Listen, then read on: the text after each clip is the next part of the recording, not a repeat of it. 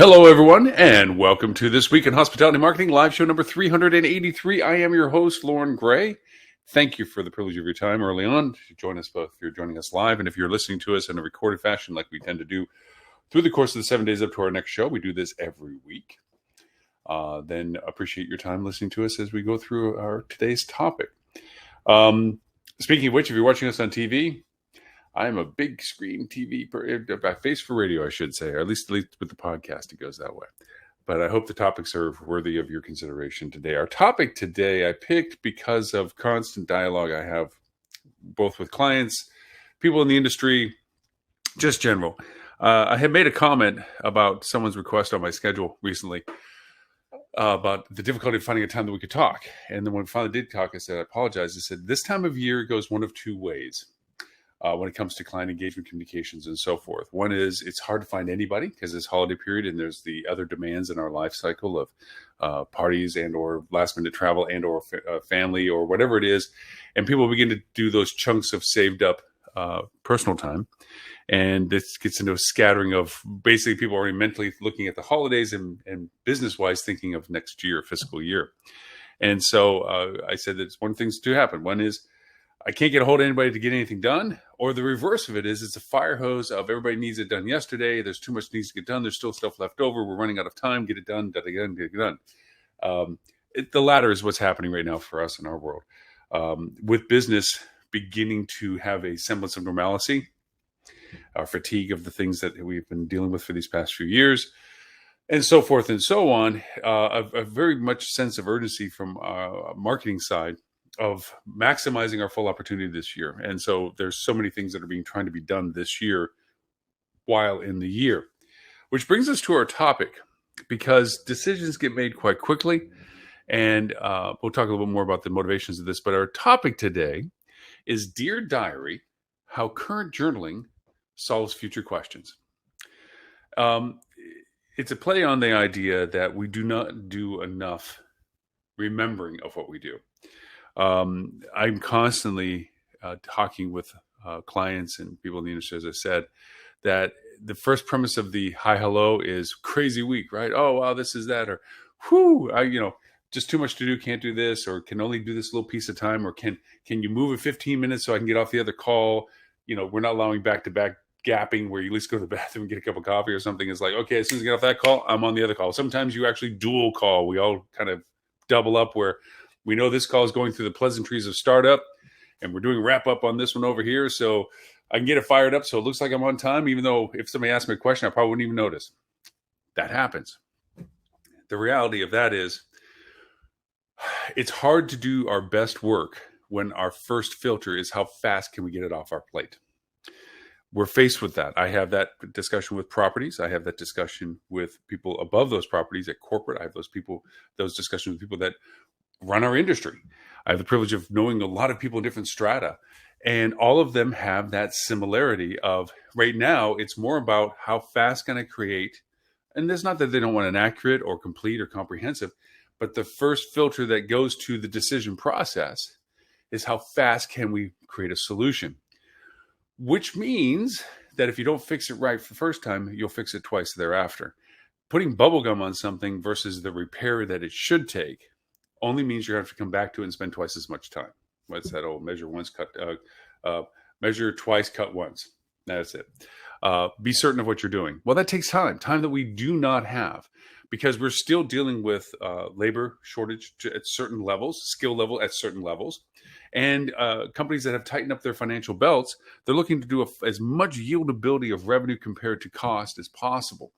So as I had the discussion with one client at a property level, there used to be 5 people sitting in this office. The sales numbers just went up, and I'm the only one that can fulfill them. So from their perspective, as accurate it is or isn't as, they are doing 5 people's worth of work in the sense of revenue generation. There's not 5 people in the room. There's only one. And anything that's being asked is added to that list of already overwhelmed feeling that they have. That high RPM that goes on, we even have it in our culture where if we excel, okay, and our boss now puts that as a new baseline. If we over-rev ourselves, overwork ourselves, that's the new baseline. We're as good as our last effort. That's our new benchmark. And so we don't trust those above us, so we sandbag. Salespeople metaphorically do it in the way that they know they could probably generate more business, but they're not going to declare that. They're going to declare a lesser number, because in contrast to that conversation, ownership, which knows there might be sandbagging or whatever, also don't want to pay the bonuses that are the incentives to drive more business. So it's a dance of communication. Oh, well, we want you to do this much. Well, I don't think I can. This is all I can do. Hoping to drag that number down enough that falls into the range of what they know they can accomplish so they can hit their budget goals or their bonus goals. By the same token, ownership wants to put it just past that line. Heck, our very culture of retail and business is based on packaging that doesn't include all the things that people want to buy at that level, purposely, that makes them buy the next level. It's one of the most frustrating things I see about agencies is they offer these services. Here's our beautiful catalog of everything that we do. Our basic relationship includes just these things, which are always missing the 1, 2, or 3 things that really need to be added to that list. So to be a nice, I was like, well, that's great. That's everything I need at that level. No, it's almost everything I need at that level. And now I have to buy more than what I need to get all that I needed from before.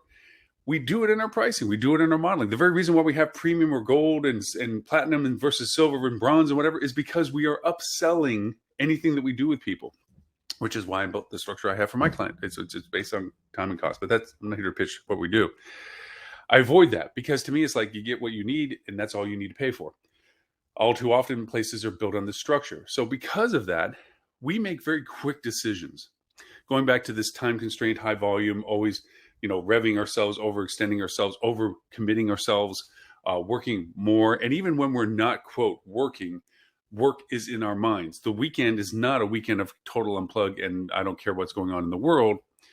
It's instead thinking about all the stuff that you could possibly be doing to shave off some of the workload that you'll be facing on come Monday or come whenever the next day you're going to work. That's not time away. That's just different RPMs to the process. For that reason, a lot of times with the filter of how fast to get off my plate, we make decisions on things. Now, the show is about hospitality marketing, so let me bring this full circle to why we're here when we say, Dear Diary, how current journaling solves future questions. We don't record what we do in the sense that we rely on our memory, okay? With Thanksgiving, we were looking at a really soft Thanksgiving weekend, so we decided to do this campaign, that campaign, this campaign. Great, did it. Whatever the results were, good or bad or whatever, that was done. But only the people that were involved in that dialogue and that decision and that execution are aware of that entire process. And so you run the risk as a business that next Thanksgiving, if those same people aren't in place, all the money you spent to have that function and that resource and that talent and do what they did this year is lost next year. You don't know. Now you're facing the same similar dilemma that your Thanksgiving soft.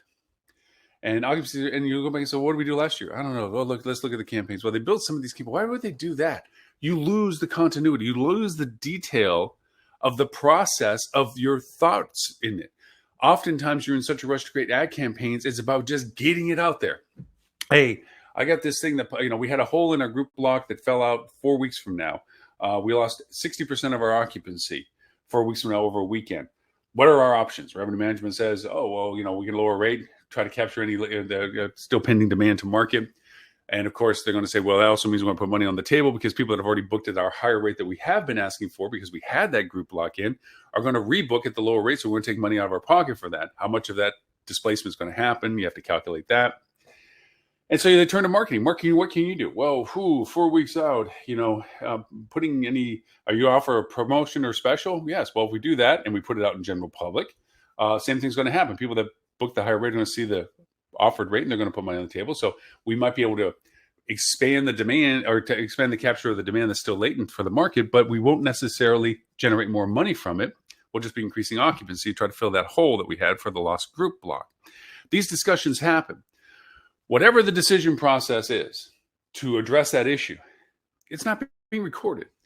Back when I was a general manager, I remember the first hotel I worked at, and one of the best GMs I ever worked for, told me, he says, here's a notebook.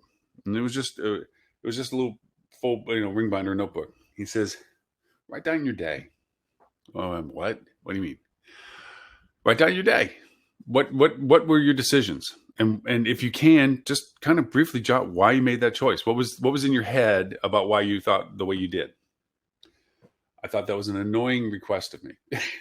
I'm like, why? I mean, am I going to give this back to you? Nope. This is yours. Well, I don't want it. I don't want to have a journal. I don't want to do any of this kind of thing. Of course, I didn't tell him that because he was the GM and I was food and beverage director. But I did it begrudgingly. Strangely enough, with Avatar just coming out, Way of Water, it reminds us back at the old first original Avatar, and where Sully was asked to record his thoughts for the day, kind of thing, and he was like, "What is this? I felt just like that, in the sense of, why am I doing this? I did it begrudgingly in the sense of worked hard, or I started writing things that I thought were supposed to be in the book.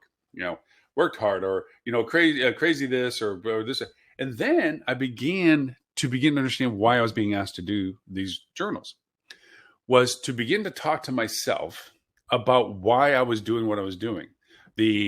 Why did I cut that person's hours back because of what? Well, I cut John's hours back because once again, he came in late smelling of alcohol. Can't trust him that when I really am going to be in a place I can't substitute him, that I can bring in somebody else. Remember, this is journals to me. This isn't shared to somebody else. And we're back in the world of HR. It's like, ooh, that's dangerous stuff. You got to figure how many years back this was. The other was beginning to say, answering to questions of why we strategize what we're doing, our thoughts on how we created banquet setups, my decision tree on pricing models, and how much margin I think I was calculated from food group types based on numbers of people, and where I started beginning to learn the math correlations of how much does it cost versus how many people, where's the break even and where's the loss leader, where's the regression analysis on it, things that I didn't really think about. I started writing notes to myself. The benefit of it, other than the fun of listening to what was in my younger head back then, as I look back on these things, and I did keep them, was the ability to begin to look at what I was thinking about. And of course, in my journals, I would also write what other people's comments were as well. Their feedback to me about situations that we're in at the time. I began to learn from what I was doing in a historical way. I started looking back year over year to what I was thinking the year before. Now, there was a naivety to it, of course. I had one more year of experience. I had one more year of events that happened.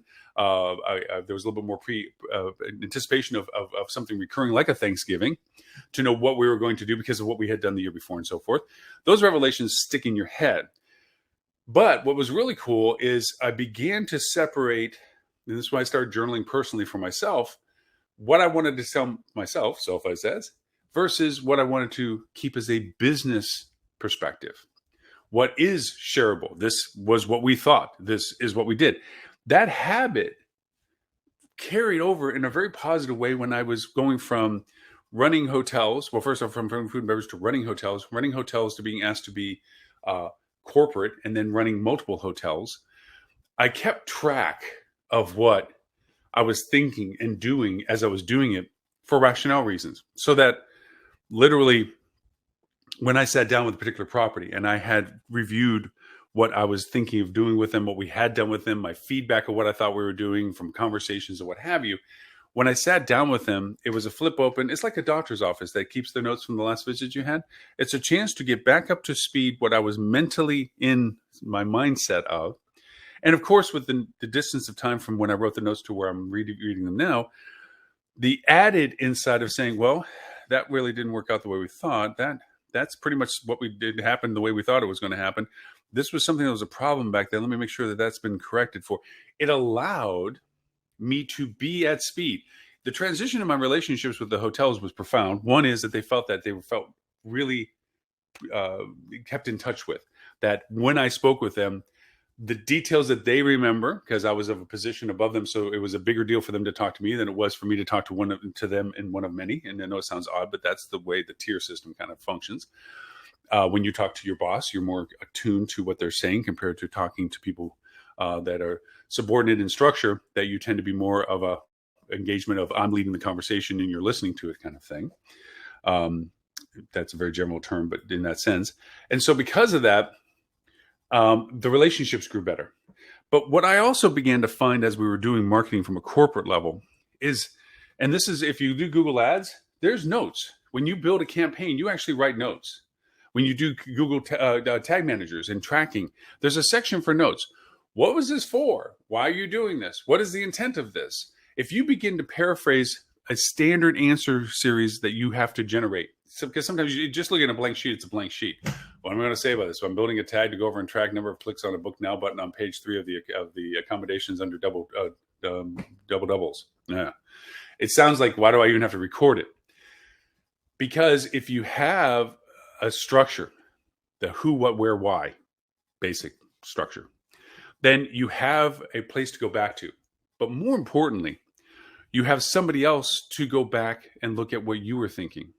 So now, taking that Thanksgiving story a little bit, last year we had this situation, and remember last show we talked about the two problems that you go solve problems in pairs. The problem that's immediately in front of you and the recurrence potential of that problem, to learn how to not have this happen again in a way because you've learned from solving this problem in front of you.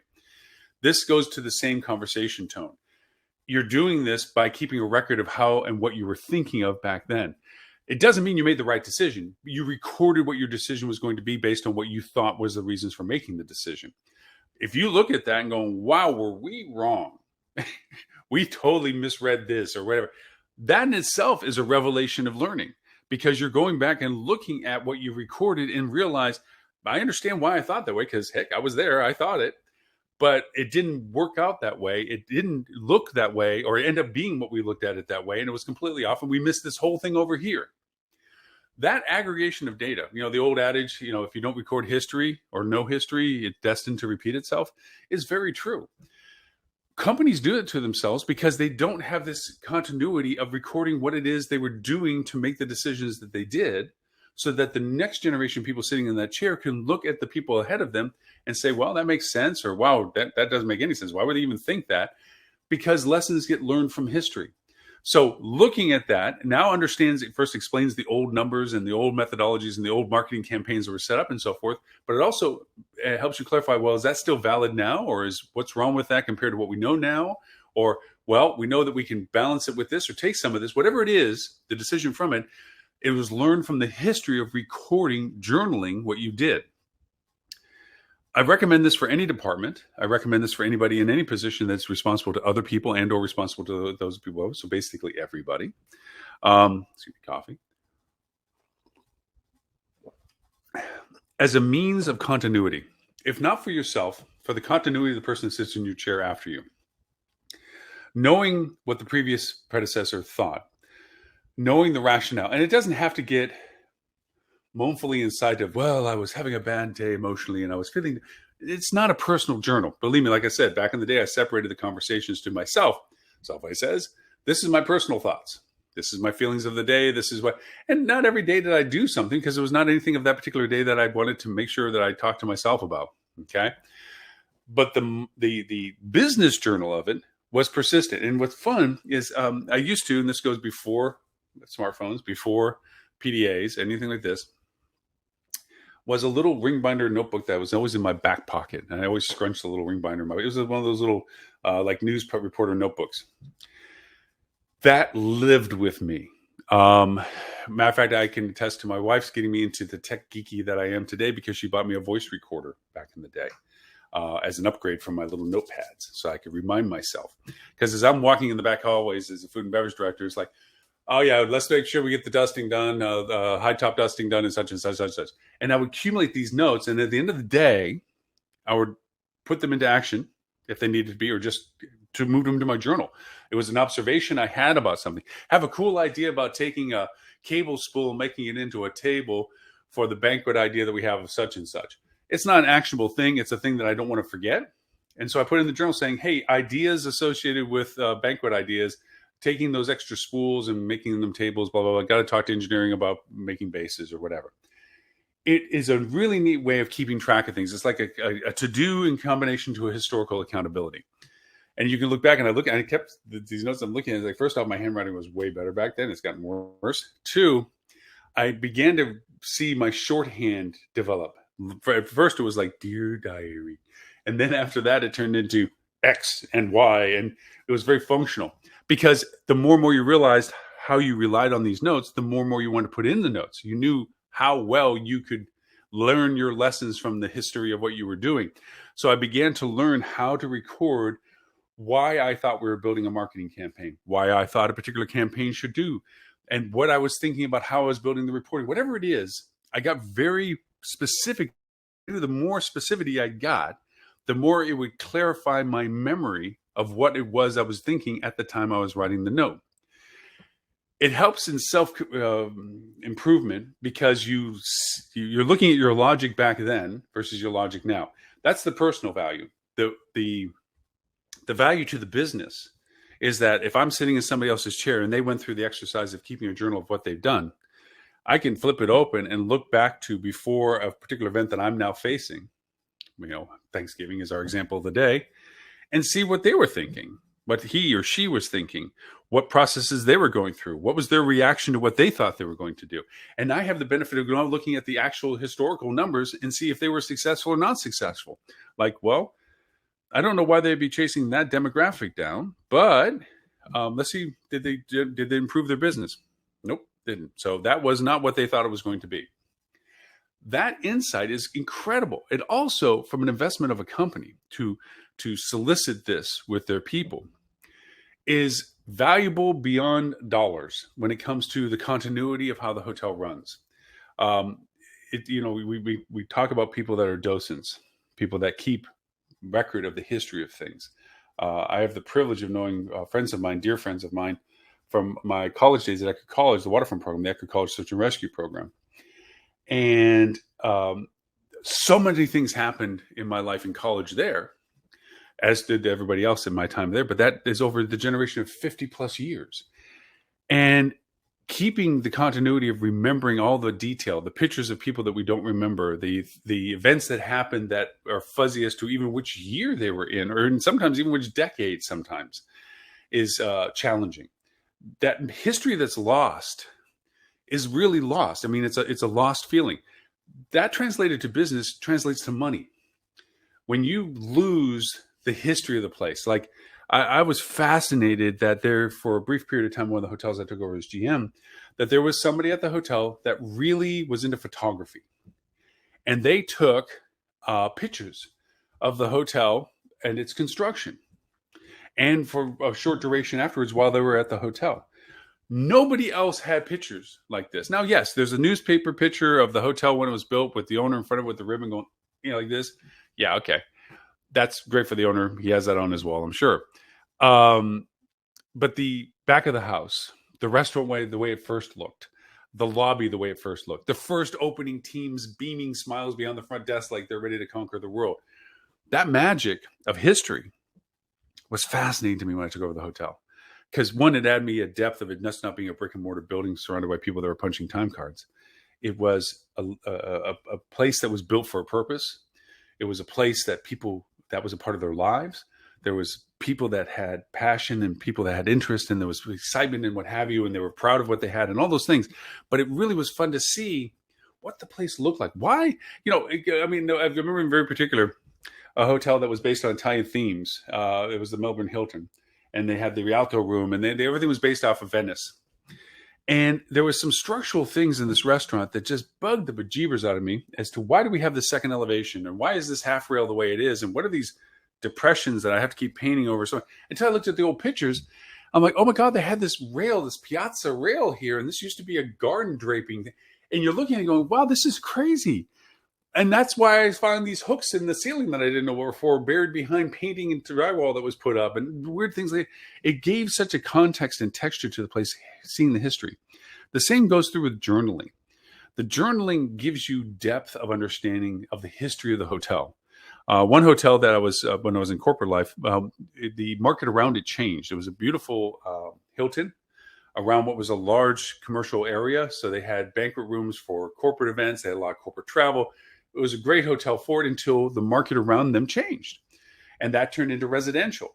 So the layout of the hotel wasn't as functional. It was a lot of wasted space because there was no reason for people to have these events there anymore, because it was away from where the interest was. And so going through the old history of the hotel, going through the old marketing of the hotel, going through the old pictures of the hotel gave us a perspective of not just what it was built for, but the potential of what we could do with it in comparison now that the market had changed around it. This depth of knowledge would not have existed if the people before us didn't keep some record of it. That's where the journaling becomes so critical to solving your future problems. Because here, in a very minor sense, going back to our Thanksgiving example, put us back in the middle of October, and revenue management with all of our newfangled tools and tricks and everything else, tricks, is forecasting for Thanksgiving that is not good. We're not seeing the business that we were expecting for Thanksgiving. But now, fortunately, it's the beginning of August, and we have a chance to affect these opportunities. So marketing is tasked with what can we do to improve our Thanksgiving.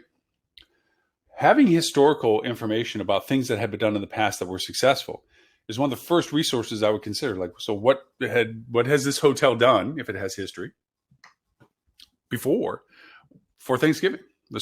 What was successful? Was it ever successful? Was it always a downtime and we just keep over forecasting it or whatever? But you get to ask these questions because you go and see in a journal what was done prior to the same event in times past, years past. Obviously, times change, tech changes, interest changes, so forth and so on. Friday night seafood buffets are not as much of a thing as they were 15, 20 years ago. Those things change, but to know that they did those things and what was it that they did, and maybe even pictures that they did, but the journaling is a way of looking at the history to solve your future questions. Because if I had that information about what the previous teams did for Thanksgiving, I could exclude what was unsuccessful, if not repeatable. Like maybe the market did change and where they weren't successful. At least I'd have the choice of looking at saying, okay, well, that wasn't successful for them to target them 3 years ago, but is that audience still around? And is it still, maybe it's grown in value? Okay. Let's look at that and see if we can validate the idea of whether or not it's still a bad idea. That kind of journaling happens. I mean, you think about it, Star Trek, being the geek I am, Captain's log. Ship's logs have been a historical factor of life. All of this, of the captain of the vessel wrote down what happened that day. We're on a course of such and such, going to such and such. We're at these levels of provisions, and the weather was this. I've often used, whenever I've run a hotel in the past, I would make people keep a weather log, and they're like, now with computers and history and so forth and so on, you can actually go back and look. What was the weather like in that market that day? That's valuable, but not as valuable as somebody at the front desk having recorded really killed us that between 3 and 7 o'clock, it just deluged out front. And our normal walk-in traffic just didn't happen because it was just so dang inconvenient for them to try to get in the door to even ask us what the rate is. And that was an actual journal entry from a hotel that was running down the Keys. We had massive walk-in traffic. Matter of fact, 48% of our business every day, almost 50%, was walk-in traffic. Did not have a schedule. I mean, you imagine forecasting where the best forecast you have is 50% occupancy all the way to the same day. It drove many revenue managers crazy. They had to face that. But when you begin to realize that there was an ever stream of people coming down A1A, it's going to be one, just one, to get in front of it to the hotel, and that they're going to walk in the door and ask your rate and dates and so forth. And, it gave you a sense of confidence that you could accomplish anything because you knew you were going to be able to get that kind of traffic. But the idea of knowing that kind of information as to where business came from, how it came, what was the anticipation, the weather impact on that day, whether it got cold, like our campaign for Winter Snap that we launched because up in our feeder markets in Philadelphia, it got cold and stayed cold, and it's forecasted to stay cold. Winter has set in, and we had a trigger that would send our marketing campaigns up to that market saying, why be cold and freezy when you can be warm and toasty down here, kind of thing. Went off, and we actually get feedback. The campaigns are working. We're getting lots of calls in from there. We ask them where they're from. They're from Philly. Knowing that started within 24, 48 hours of the campaign launching is valuable as a marketer to say, wow, that trigger works. Now, obviously, technologies and modalities of communication have changed over time, but the basic premises of knowing that kind of information hasn't changed. It still is critical in the planning process, future tense. For my examples of Thanksgiving, thinking back at the beginning of October, planning for what you could do to impact positively Thanksgiving and looking at the historical data of the things that happened time before gives you a baseline and a starting point to consider options. What's capable, what's not capable, what's been done, what has yet to be done, what was successful, what wasn't successful. Those benchmarks, sticks in the sand, whether they're right or wrong, it's a reference point to start from. Going back to my search and rescue analogy is like whenever you create a search pattern, you have to start somewhere and you have to calculate the most probable place to start. And then you branch out in a pattern from that. The same goes for marketing. You create a premise based on your initial evaluation of historical data and what have you. Historical data being journals in addition to historical traffic. And you create a base starting point. Let's start here. We know X, we know Y, we know Z. We don't know A or B or C, and we certainly don't have an end result as to what this would be yet, but at least we have a reference to start from. Validate or deny it, move on from it. Validate or deny it, create variance. Validate or deny the options, variances. That's how you progress in a marketing strategy platform. Source to conclusion, methodology and process. And it comes from having history. And these aren't hard things. It's not like you have to start describing the world in depth and spend hours doing it. I failed at that many times where I was very much about, I got to spend an hour writing my journal stuff. No. Sometimes it was a combination of timing. I would jot something or record something very quick, just a simple statement of something because I didn't want to forget it or lose it. And then I would, at the end of the day, if I needed to add a couple of things I didn't do that with, like, okay, my end of the day was, this is what it was. We launched this campaign. This was our rationale for it, whatever. I didn't fill it all in because it was the end of my day and I wasn't going to ruin the rest of my day extending the diary discussion. But while it was still in my mind for the next few days, I might go back and embellish the journal. Now that I have a moment here or 15 minutes here or 5 minutes here, go back and say, okay, back when I was talking about my marketing idea was such and such, and this was a plan, it's because of X, because of Y, because of Z. We were thinking this would be what would happen. So I can go back and fill some of it in while it's still fresh in my mind. It's not like what I just did by filling in the journal is what we do without doing a journal. I'll remember that. The problem is, and going back to the beginning of our show today, is because of our level of busyness and because of our need to just first filter getting it off of our plate. Everything is a level 10, or if you want to look at priority 1. I'm terrible at force ranking because I'll go through my task list. Everything's a priority 1. That's why it's on the task list. I got to do that. Yes. And this is just as important as that. And this is just as important as those things. And I never get to really create a descending order. I can't force rank for crap because as I looked at why I recorded what I had to do, it was just as important of all the other stuff I recorded what I had to do. Problem is I got 50 of those things now. There's no way I can do all of them at the priority I said I'm going to do. And even when I try to schedule them forward, like, oh, well, you know what? Let's just dilute it over the next X days. Let me put them on days that I know I need to get that done by. It ends up they all bunch up on the next day or the next day after that. I'm terrible about it. The only way I can sort through these things is to keep how I thought of them in order of what I need to do. I literally create chronological priority. Journaling helps me with that. The idea that in this prioritization of journaling, you're recording to not forget. With what I was saying about how we do things now, always in priority, always at fast pace, always just get it off my table, slap some glue on it rather than fix it or replace it. Okay, kind of mentality. We'll worry about it later. We'll worry about it later is twice the time that you just had missed on spending now. You spend twice as much time later because it got worse or took twice as much time. But it doesn't get remembered because we as people remember milestones. It's literally in a program for project management. There's Gantt charts and timelines, and there's milestones. These are points in time that either something has to be completed or something's going to happen. And we remember milestones better than we remember progressions. I find it fascinating. I keep track of what I eat every day, weight loss things and stuff over the years. And I've kept it as a habit, even though it's not as important as it was when I first started it. I've been doing it for years. And it's amazing that if I forget to write down the food that day, that the next day, I sometimes struggle with remembering what I ate the day before. One can say it's, short-term memory and so forth, getting old, whatever. But it's because eating isn't as much of a thing, okay, as compared to things that you would remember.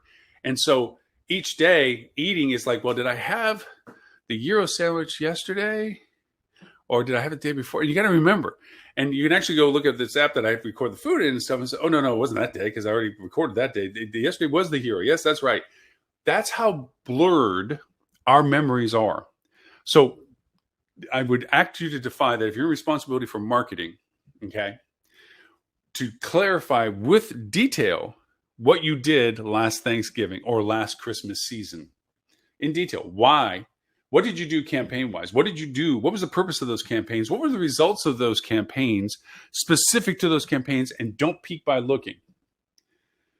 You can't. And I mean, if you can, wow, that's amazing. But unfortunately, you're not going to be sitting in that chair forever because somebody else is going to sit in your chair, and all of that knowledge goes with you.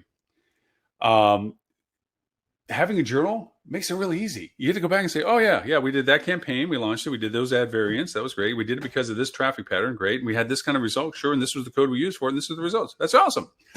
What can we use about this knowledge now? Do we just rinse, wash, repeat it? Or do we actually expand on it because it was so successful? What did we miss by doing just what we did compared to what we could do now that we know more? That's the cool part of journals is they give you a peek into solving the future because it literally is showing you ways that you solved the past when you didn't know as much, when you didn't see exactly how this was going to turn out. That's why when you deal with statisticians and so forth, they always use data that's like 3-4 years old. And you're like, dude, it's like it's 2022. Why are you using 2018 data? It's because it has been vetted, verified, and basically what's called rock data. It's confirmed. This is the data. There's nothing still questionable about it. It's been affirmed, reconfirmed, and affirmed that this is the data from this. And so now you can use this data to refer to things because there's no variance to this data. It's the reason why in college you have textbooks that are the years back that they are. Because if you talk about current things, they're still not truly set. Are they events? Are they trends?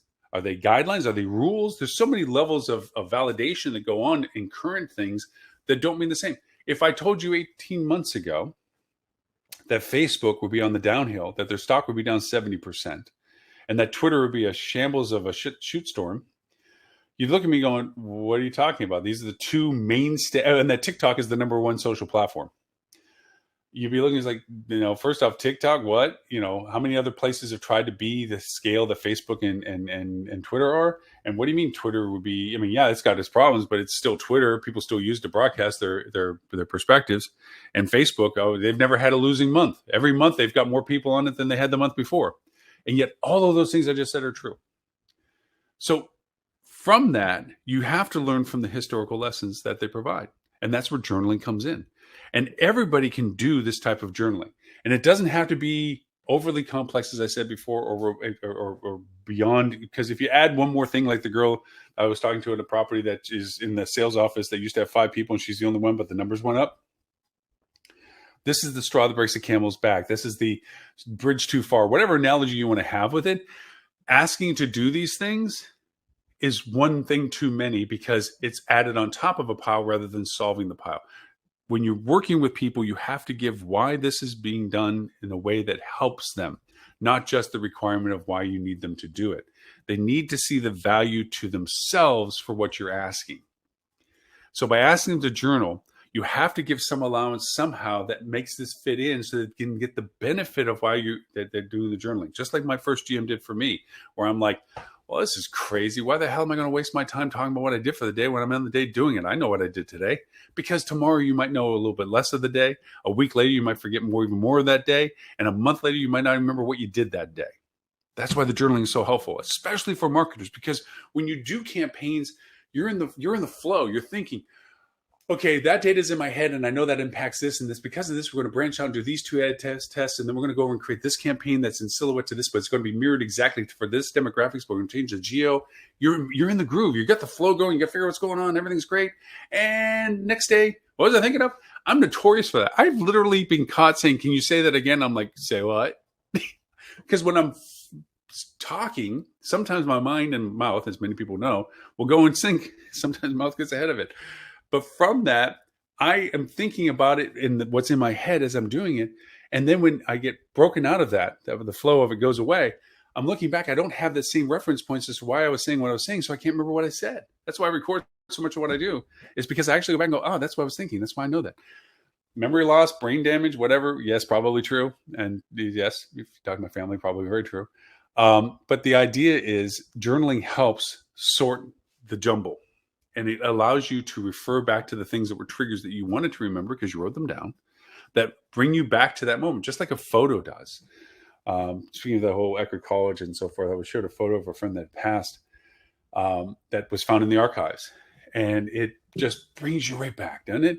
Just like a song or anything like this, that kind of trigger to a memory is powerful. If you wrote the notes, it's like I have with my notes in my journals. It's fun to go back and literally hear your inner voice thinking what you wrote, kind of thing, bringing you back to that moment. If you're a person that's reading somebody else's story, other journal things of what they were doing that day, whenever the rain was this or whatever, even by the way they write the information, even if they're answering the same questions, you get a sense of who they were, how they saw things, what were their priorities. You could tell if their team was a priority. You could tell if their business was, you could tell if their career was a priority by literally how they wrote information down.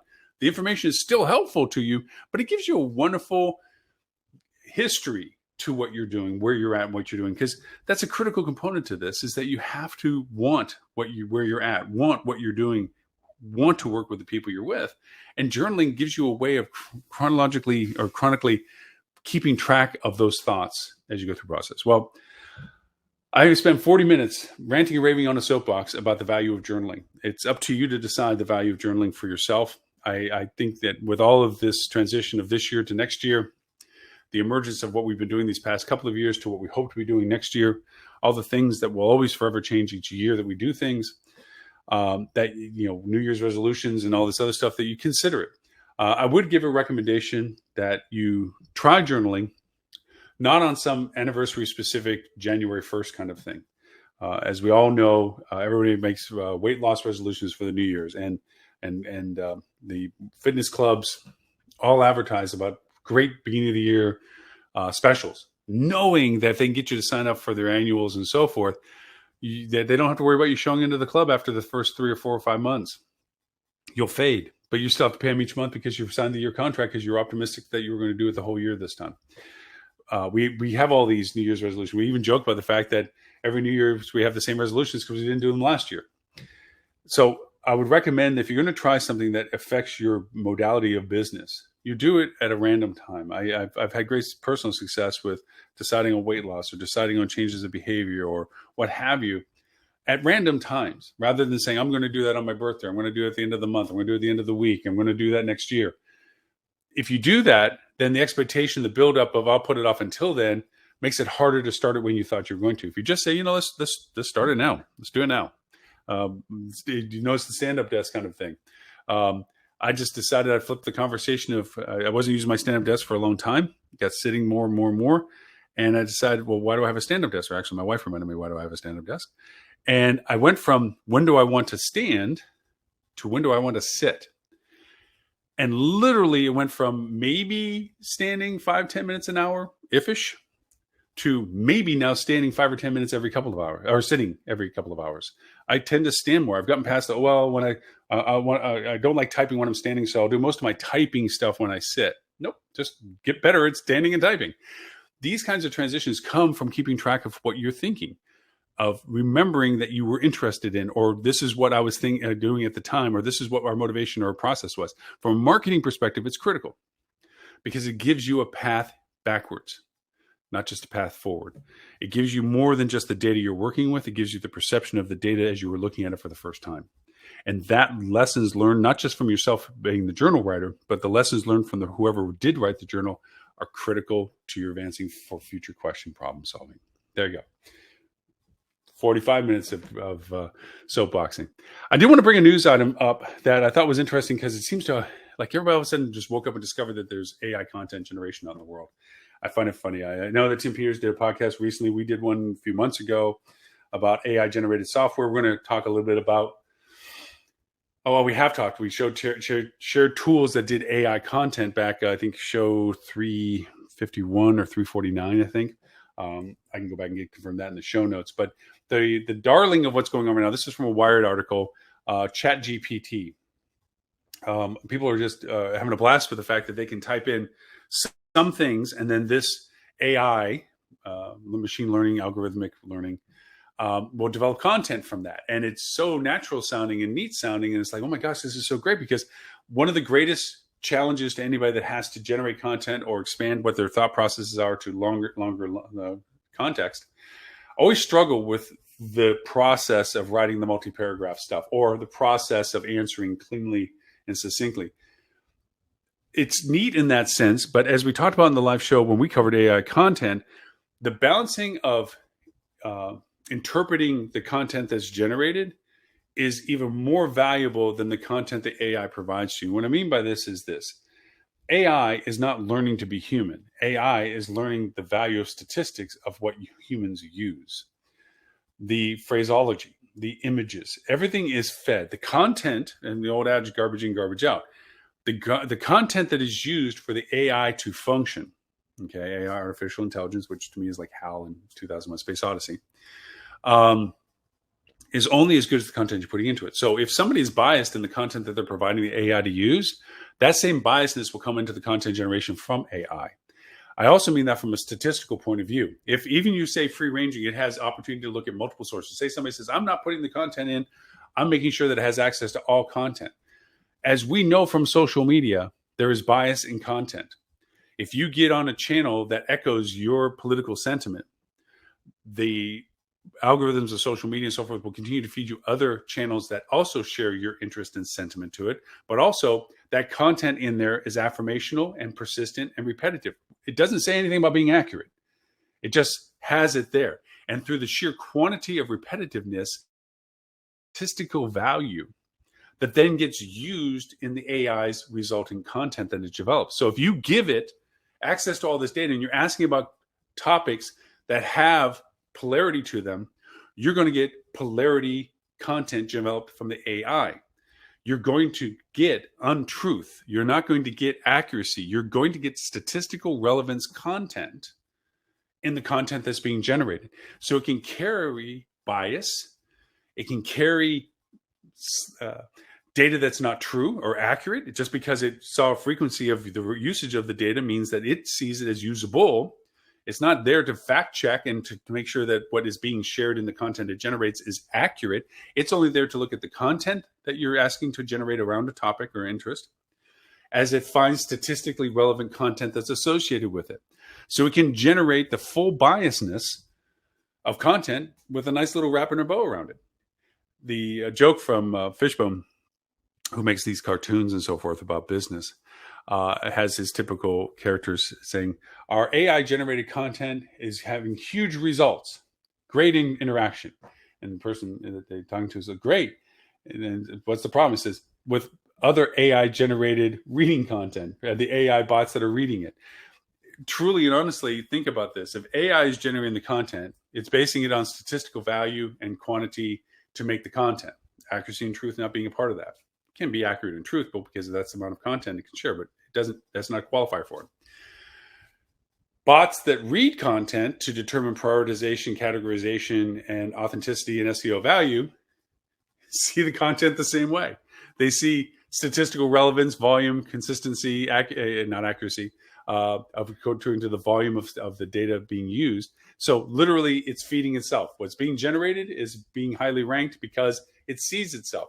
Is this a loophole in Google? No. But because their AI is way more advanced than the AIs that we're seeing in ChatGPT and so forth and so on. Not that it eventually could be a problem.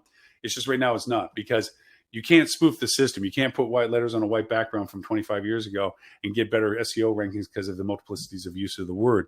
You can't create AI generated content with statistical relevant data and have a bot that categorizes SEO authority reading that same content with the same statistical parameters and high rank it simply because it fit the criteria.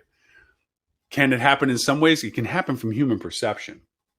It can happen that you read this content and think that the content is valid for the content that's being shared when it isn't necessarily truthful. That's the danger of these platforms, which is why when we talked in our show about the content for AI, the AI content generators, is that it's a catalyst for expanding content. You can take, and the tools that we were sharing back in the time, we're talking about this. If you give it this content and you give references to where you think the content would be relevant from, it'll generate content for you. But then you stop, go through for accuracy and truth, and go through of voice. This is the critical component right now for how things like ChatGPT and so forth are comparing, is does the voice match what you want as the voice of your product? A lot of people forget the nuance of voice, of how it sounds from what they perceive as you, your corporate entity, or the person controlling the communication for the entity, sounds. If it's third person, first person possessive, authoritative, these are all aspects of the content. Now, right now, it's still relatively readable content generation that you can tell that for the most part, it looks like it's generated. Not always. It's getting better, which is where ChatGPT's buzz is going on right now. But it's still it's kind of like the fake deepfake videos that you can put. I can put a person and literally create a face of a person, upper body and everything, age, gender, skin tone, hair, eyes, color, all this kind of stuff, and literally make them talk to the words that I've typed or AI has generated. And it looks cute, but you can also begin to look at them, no, that's not a real person. You still see that variance. The problem is that is quickly going away, that in the next, a year, 2 more years, we're going to have some very good, we've seen some deepfakes that are being done by higher end processing companies that take actors and put them in on movies that they were never in. And it's getting harder. There's apps on phones now you can use, like Reface and so forth, that you can put a chosen face that you want on the face of whatever they're offering as a video character. And it's, famous movies and everything else like this. It's happening now, and it's only going to get better at what it does. These are the things that I worry about with ChatGPT, is that laziness is going to creep in. Verifying the data, verifying the voice are going to get shortcutted to getting more out there, because the results are improving their business, because they're flooding out the market with tons of content, which is going to create inherently its own white noise, which inherently means that it's going to be less effective until the next generation of whatever is better comes out and pushes back against that with another way of doing it. That's the problem that I have with this. I'm not against ChatGPT. I'm not against any AI generated content, with the caveat being that it is monitored and reviewed for truth, authenticity, and voice. If it passes that criteria and it's manually by a human reviewed, that reflects the business and everything else, then I'm all for it, because it is a great shortcut. That's why we were talking about it months ago with the platforms that we were talking about. It's a great shortcut. It's great for writer's block. It's great for lots of stuff. Plus, it's also great to do a lot of the heavy lifting on the research stuff, where it can look for SEO authenticated content and use that content in such a way that it optimizes your SEO, search engine optimization, for those. Just don't want to throw acronyms out that people may not be familiar with. So that's my thought on it. Article for Wired. I'll put the link into the show notes so you can go see your own discussion with it. Once again, thank you for all those that watch us on Facebook, LinkedIn, Twitter, and YouTube, on all the channels and pages we do on all of those, but also, more importantly, those that watch us on our TV channel, Hospitality Channel, which you can get on Roku, Google, Amazon, or Apple. Just look for the Hospitality Channel. The live show is always on the free side of that, along with software and services. We do have a lot of paid, good content behind the paywall for it. And of course, if you want to, and you're in the business doing hospitality marketing, and this is not where you're learning hospitality marketing, it's like from a basic level, you doing it, but you want to have peers that work with or advanced conversations about it, you can join our Hospitality Marketing Club at hospitalitymarketing.club. It's a little email box, fill it in. I'll send you a quiz. If you pass the quiz 90%, 9 out of the 10 questions, basically, then we'll send you an invite to join our closed community group of other fellow hospitality marketers, where we talk about advanced marketing. Modalities, functions, fixes, things like this. We have webinars, seminars, and all the fun stuff on the back of the house. So we talk about function and form and tools and all that. This is not to learn basic. This is not to get certified at something, unless you want to go Google certification or anything like this. But they do a better job teaching Google, and Facebook teaching Facebook. But the idea is that we are constantly evolving on the new processes, like AI, content generation. But you have peers that are already at that speed or above. So you get to ask good questions and get good answers, not what is PPC and what is meta search. It's like, that's for basic training. Go find that somewhere else. There's lots of people that do that stuff. We're on the advanced side. So if you're interested in joining us, hospitalitymarketing.club, there is no cost for it at this time. Eventually, as the community begins to solidify and we feel like it's a value proposition for all those on it, we'll reevaluate it. Obviously, those that are legacied in don't have to worry about it. So it's a carrot on a stick for you. But the reason why I bring it up for the TV channel is that as a part of the club, you get access for free to the content on the paid wall of the TV channel. So you get access to the content that we have on the TV channel behind the paywall by just being part of our club. So with that, for those that do watch us in a recorded fashion, we always recast the show 11:30 a.m. 11:30 a.m. Wednesdays, Sydney Australian time, and 11:30 a.m. London EU time. So that it's a little more familiar time zone. Although we have people live now watching us from around the world, 39 countries and counting, at strange odd hours. And we thank you so much for the dedication of getting up to watch us live. But for those that listen to or listen to our recording, also we do a podcast right after this that recaps a little bit of the live show, plus offers and talks about specific tools, functions of tools, usages of tools, and we usually try to parallel them symbiotically with our topic today. And today is no exception. Podcast 383 is literally about journaling tools, what tools are out there, which ones work, and how to build your own if you want to just use some sort of like Google Sheets or what have you format, OneNote or Word or whatever, and what kind of format do you want to create that in so that you simply fill in where you want to fill in when you have the journal entries to do. So there you go. Thank you very much for the privilege of your time. My name is Loren Gray, and I look forward to talking to you all next week.